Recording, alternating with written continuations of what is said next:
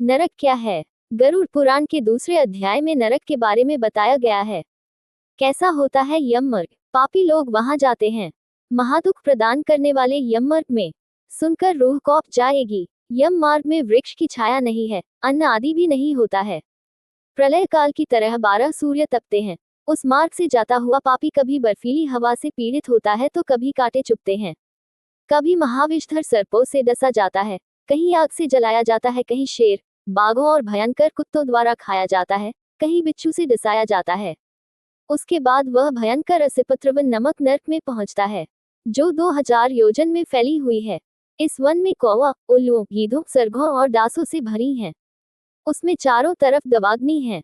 पापी जीव बहुत दुख सहता है, पर्वत से गिरता है, कभी अंधे कुएं में गिरता है, उसे अंगार पर चलना पड़ता है तो कभी बिजली गिराई जाती है और उसे खून मवाद से भरे तालाब में गिरते हैं। उसके बाद वैतरणी नदी में लाया जाता है, जो बहुत भयंकर और देखने में बहुत दुखदायी है। उसके आवाज से भय उत्पन्न होता है। ये नदी रक्त से भरी हुई है और हड्डियों के समूह से उसके तट बने हैं और विशाल घड़ियाल से भरी है। ये पापी को देखकर कड़ाई में खौलते घी की तरह हो जाती है।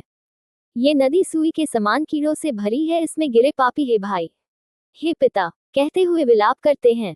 भूख प्यास से व्याकुल पापी रक्त पीते हैं। सांप बिच्छू से भरी उस नदी के बीच कोई रक्षा करने वाला नहीं होता।